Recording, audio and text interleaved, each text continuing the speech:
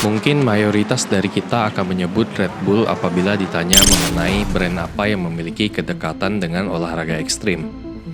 Melansir dari halaman resmi milik Red Bull sendiri, minuman energi yang bermarkas di Austria ini dapat menjual sekitar 9.804 miliar kaleng di tahun 2021. Dan bahkan di tengah badai pandemi di tahun 2020 lalu, Red Bull masih membukukan keuntungan dengan nilai sebesar 1,18 miliar euro atau sekitar 18,4 triliun rupiah. Padahal di waktu pandemi, event-event ditiadakan yang dimana sangat mempengaruhi exposure sebuah brand. Lalu apa yang membuat sebuah brand minuman energi dapat mendunia seperti Red Bull? Strategi apa saja yang mereka terapkan dalam memajukan brand? Tanpa berlama-lama lagi, langsung saja kita bahas lebih mendalam dan selamat datang di channel ini bersama dengan saya, Rian Ong.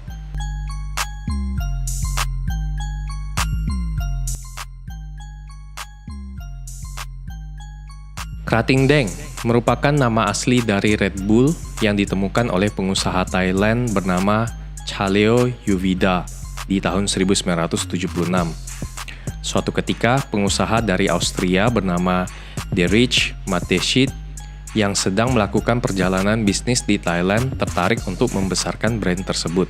Dierich mendirikan Red Bull di tahun 1984 sebagai nama lain dari Krating Daeng di Austria.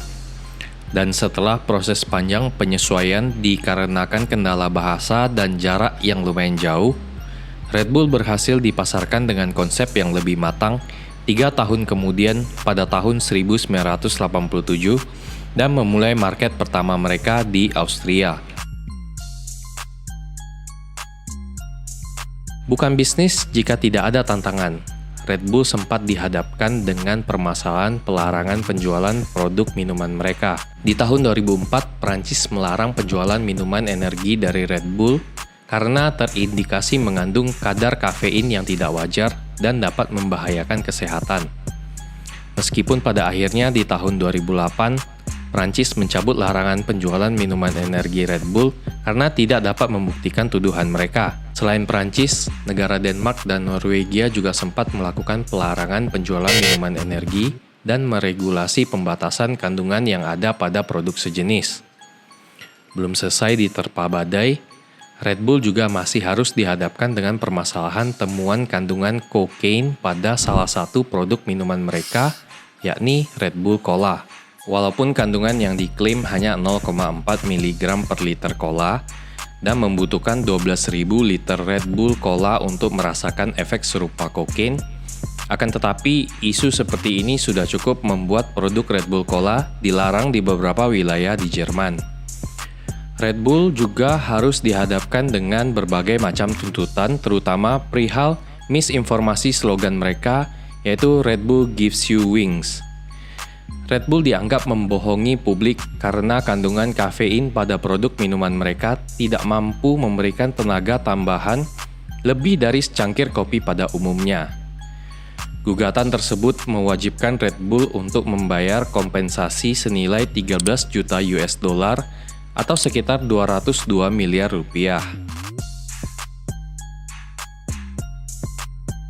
Kesan yang ingin dihadirkan dari minuman energi Red Bull adalah minuman yang dapat memacu adrenalin. Itu juga mengapa Red Bull banyak mensponsori event-event olahraga ekstrim seperti balapan F1, motocross, skydiving, skateboarding, dan lain sebagainya. Red Bull sadar bahwa mengiklankan produk mereka dengan cara tradisional seperti pemasangan billboard dan media cetak tidak membedakan mereka dari brand lain. Maka dari itu, Red Bull menggunakan pendekatan yang tidak umum seperti menggunakan sales girl atau yang kita kenal dengan sebutan SPG untuk memberikan sampel produk minuman mereka secara gratis di kampus, event musik, bar, dan semacamnya. Di tahun 2012 silam, Red Bull mengadakan suatu proyek yang diberi nama Red Bull Stratos, di mana seorang skydiver dari Austria, Felix Baumgartner, melakukan aksi terjun bebas dari ketinggian 38,6 km. Proyek yang disiarkan langsung di kanal YouTube ini mampu menembus 8 juta penonton saat live streaming. Diperkirakan bahwa 6 bulan setelah proyek itu selesai, penjualan meningkat hingga 7% di market US dan mencatatkan 1,6 miliar US dollar penjualan atau sekitar 24,8 triliun rupiah. Red Bull juga menjadikan partnership sebagai bagian dari strategi marketing mereka. Sebagai contoh, Red Bull menjalin kerjasama dengan perusahaan teknologi action cam GoPro untuk mendokumentasikan segala kegiatan Red Bull mulai dari kebutuhan media hingga event. Ini adalah salah satu langkah brilian yang pernah dilakukan kedua brand, mengingat mereka sama-sama mempunyai brand image yang bisa melengkapi satu sama lain, yakni adrenalin dan petualangan. Kejeniusan Red Bull dalam hal marketing tidak berhenti sampai di situ saja. Mereka juga pionir dalam hal content creation atau pembuatan konten. Banyak yang bahkan beranggapan bahwa Red Bull sebenarnya perusahaan media yang menjual minuman berenergi. Hingga video ini dibuat, Red Bull sudah memiliki 10 juta subscriber di YouTube, 16 juta followers di Instagram, 2 juta followers di Twitter, dan 47 juta page like di Facebook.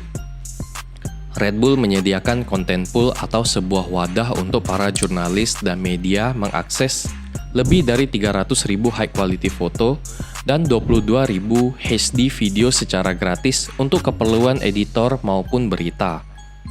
Tidak sampai di situ saja, Red Bull memanfaatkan nama-nama besar di bidang olahraga seperti Max Verstappen, Marc Marquez, dan Neymar dalam hal menyampaikan pesan maupun komunikasi serta menjangkau orang lebih banyak lagi. Influencer dipandang sebagai orang yang kredibel atau dipercaya oleh para penggemarnya, sehingga ini memudahkan brand seperti Red Bull untuk mengenalkan produk mereka melalui para influencer yang disebutkan tadi.